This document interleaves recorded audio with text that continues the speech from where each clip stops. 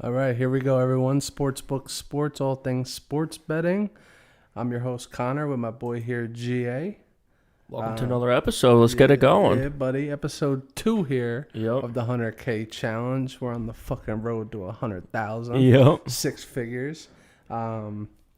Decent day for both of us yesterday. Yeah, so again, just a recap. We started yesterday. Yesterday was day one, $10,000 each. Yep. Putting in bets, live bullets. Yep. Get us to 100,000. And the goal is to get to 100K whenever we can. Yeah, whenever might be a we can. long road, might be a quick road. Depends how Exactly. we get it popping. I'm hoping it's right around the end of 2021. Spend some of that money on some Christmas gifts. Yep. But that's a good year, you know. We're not betting fucking 10K a game. We're playing our odds. We're doing the right thing. Yep. Like I said, we had a solid day yesterday. I went 1-0-1 with a push. Yep. You went 1-1. Yep.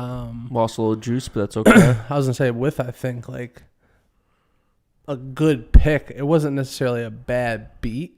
The Giants game, but they just didn't hit the ball well. It's a West Coast game, so like I caught the highlights of it today. It was they were just kind of flat. Is really the best way I would describe it. Yep. They're a good team though. I was thinking about taking them again tonight, but they got some good pitchers going for both teams, so I stayed away from them.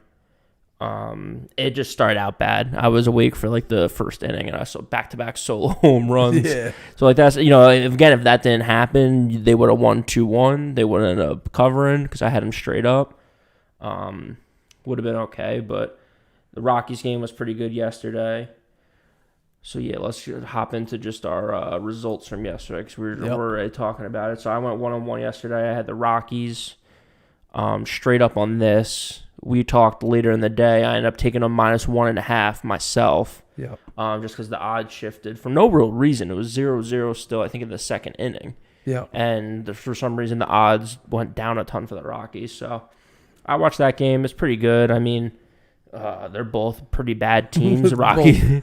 Both terrible. Like, I don't know if anyone watched it, but it was, and I don't know why you really would watch unless you had money on it, but it was like every count started out 2 balls, 0 strikes. Like, it was just the pitchers were having a tough time finding the strike zone. People were getting on base, but somehow it stayed low scoring. Yeah. I don't know how it happened. People were getting out of innings, some good plays. So, like we said, we're going to dive into it on our longer episodes a little bit more about how we pick these games. But for me, I've just been looking at Major League Baseball. They're against the spread ranking so far this season, and I just try to find teams that are like either good on the road playing against a team that's bad at home, or vice versa. That's the case for the Rockies-Pirates series.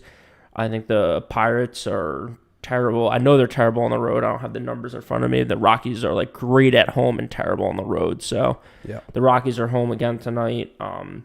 They got a good pitcher going, so that's a good matchup. You went 1-0-1, so you had a push. Yep. So that was getting that got a little dicey. I mean, they were scoring pretty early in that game. Yeah, it was honestly the complete opposite. I mean, it wasn't actually the complete opposite of what I thought. I thought Richards was going to come out and pitch a little bit better of a ball game. He started out terrible. Yep. He gave up. Literally, what happened was the first inning, single home run. Yeah. 3-run shot, got the next 3 guys out. I think one other guy might have got on base from a single. Yep. But the first 2 innings, he gave up 5 runs, and I think there were 6 or 7 runs scored after the first 2 innings. Yeah.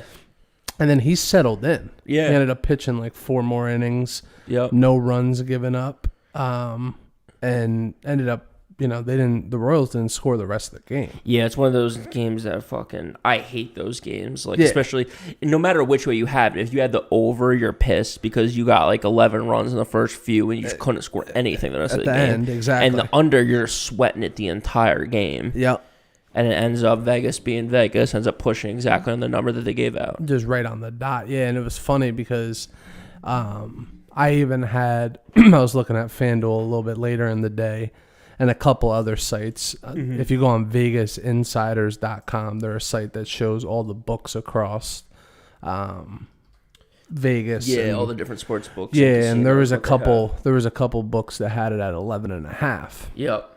So I mean, that's those times where you shop that. Like if you're looking at it at 11 and you can find somewhere that has it at 11.5 and you really like it at 11, I mean, why not find that sports books that's offering you the 0.5, you know? Yeah, and that's what we talked about in previous episodes, but just shopping a line is so important, especially when you're betting overs and unders. Like a half run can make all the difference.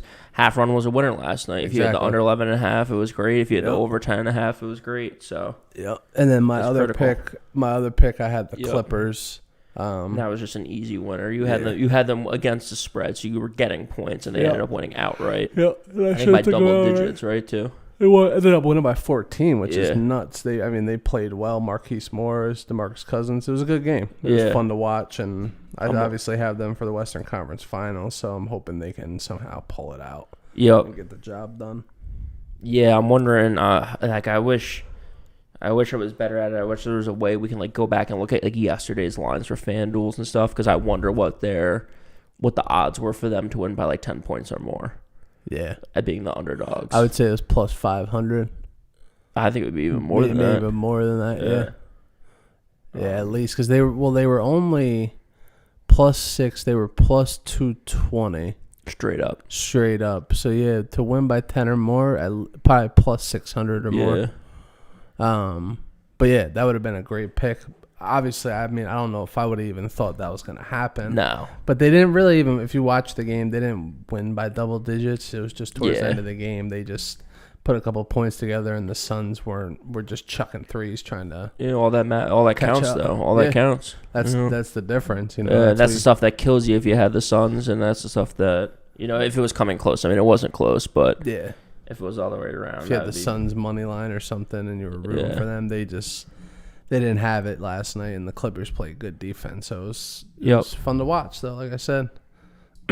Yeah, I can't imagine if they're able to get it done without Kawhi. That would be something else. It would be Paul George. All the hate on him would definitely go away. Yeah. But, yeah, I mean, that's the start to the 100K challenge for the first day. Yeah, pretty good start. Pretty good start overall for sure. And hopefully everyone out there keeps following, and then, see where we're at in a couple weeks. Who knows? I mean, if I'm betting $1,000 a game, I could be out in fucking 2 weeks. Who knows? Who knows what's going to happen? It's fucking wild, but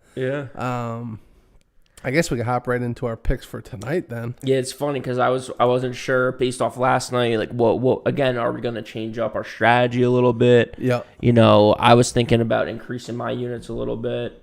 Mm-hmm. I ended up just taking 3 games, just 200 a pop. Again, 2% of my bankroll. Mm-hmm. And I'm just my goal is really just to try to grind this out. Yeah. Your units are much higher than me, which is, started out great last night. Hopefully it keeps going for you. Yeah.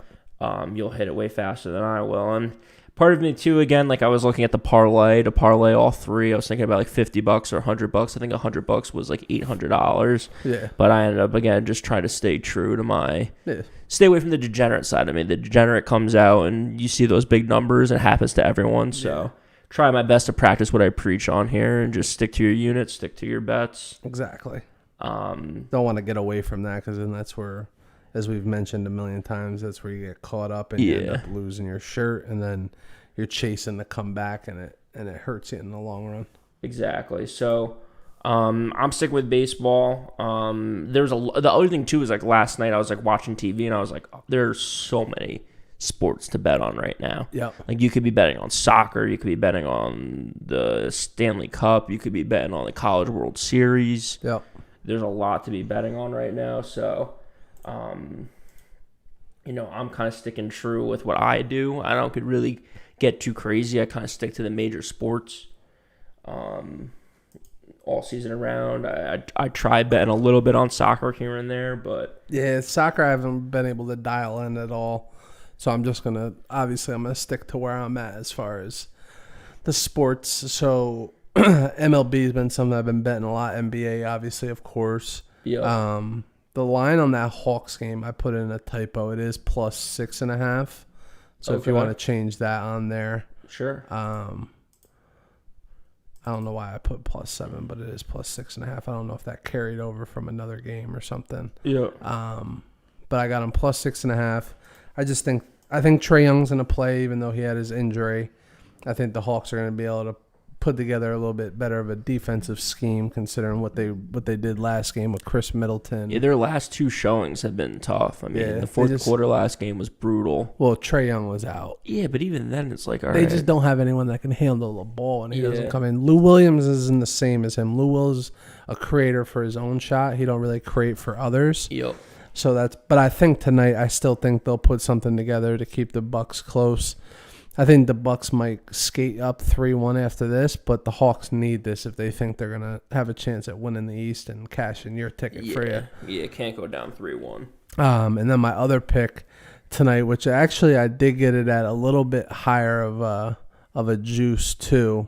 When I first looked at it, it was plus 105 for the plus 1.5. Okay. The Mariners tonight. Do you want to update this too? Yeah. It wins 1,000 will win 1125 now. Okay. It was plus 125 when I got it in.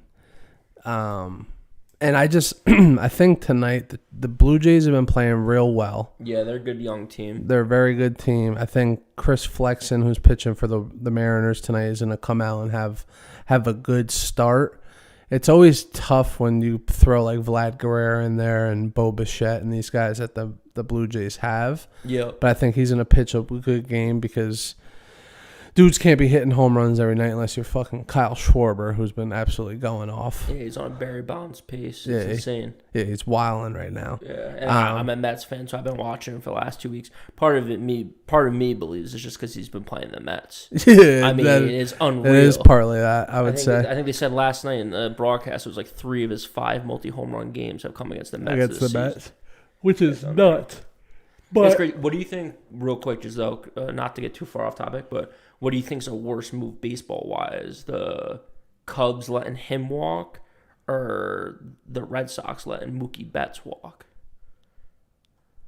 Because I would have to say Mookie Betts. I would say Mookie Betts just because he's actually won the World Series. Well, and he's also been more consistent. Kyle Schwarber hasn't really showed up until this year. Yeah, if he stays good this year. Yeah, if he keeps it up, exactly. Yeah.